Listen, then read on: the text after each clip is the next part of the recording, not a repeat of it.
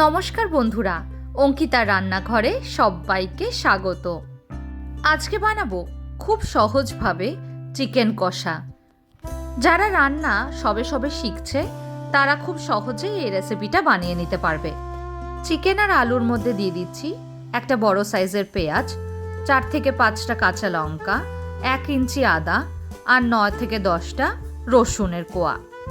আর দেব 1 চামচ হলুদ, লঙ্কার গুঁড়ো, নুন আর গরম মশলা গুঁড়ো। এবার দিয়ে দেব চেরা কাঁচা লঙ্কা আর দিয়ে দেব সর্ষের তেল। এবার খুব ভালোভাবে মাখিয়ে নিয়ে ম্যারিনেশনের জন্য রেখে দেব 15 মিনিট। খুব ভালোভাবে একদিকে ম্যারিনেশনটা করতে দিয়ে অন্যদিকে একটা কড়াইতে বেশ কিছুটা সর্ষের তেল গরম করে নেব। তার মধ্যে দিয়ে দিচ্ছি শুকনো লঙ্কা, তেজপাতা আর জিরে ফোড়ন। ফোড়নটা ভালো করে ভেজে নিয়ে দিয়ে দিচ্ছি ম্যারিনেট করে রাখা চিকেনটা। ম্যারিনেট করা চিকেনটাকে দিয়ে খুব ভালো করে একবার উল্টে পাল্টে নেড়ে নেব। ভীষণ ইজি প্রসেসের একটা চিকেন রান্না, কিন্তু খেতে অতুলনীয় হয়। অবশ্যই আপনারা একবার ট্রাই করে দেখবেন।